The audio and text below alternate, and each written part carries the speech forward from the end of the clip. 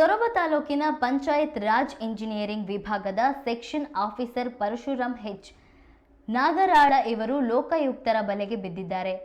30,000 ರೂಪಾಯಿ ಲಂಚ ಪಡೆಯುವಾಗ ಬಲೆಗೆ ಬಿದ್ದಿದ್ದಾರೆ. ಪಿಡಬ್ಲ್ಯೂಡಿ ಕಾಂಟ್ರಾಕ್ಟರ್ ಲಿಂಗರಾಜ್ ಎನ್ನುವವರು ಲೋಕಾಯುಕ್ತಕ್ಕೆ ದೂರು ನೀಡಿದರು.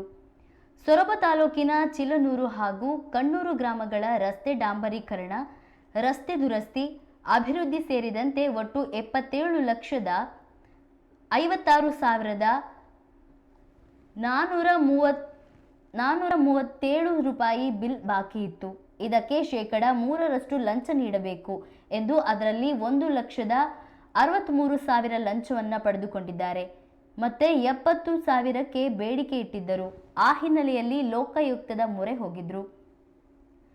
ಈ ದಿನ 30,000 ಲಂಚ ಪಡೆಯುವಾಗ ಪರಶುರಾಮ್ ಹೆಚ್ ನಾಗರಾಳ ಬಲೆಗೆ ಬಿದ್ದಿದ್ದಾರೆ. ಶಿರಾಳಕೊಪ್ಪದ ಶಿಕಾರಿಪುರ ರಸ್ತೆಯ ಮೆಡಿಕಲ್ ಸ್ಟೋರ್ ಎದುರು ಹಣ ಸ್ವೀಕರಿಸುವಾಗ ಲೋಕಾಯುಕ್ತರು ದಾಳಿ ಮಾಡಿ ಬಲೆಗೆ ಬೀಳಿಸಿಕೊಂಡಿದ್ದಾರೆ.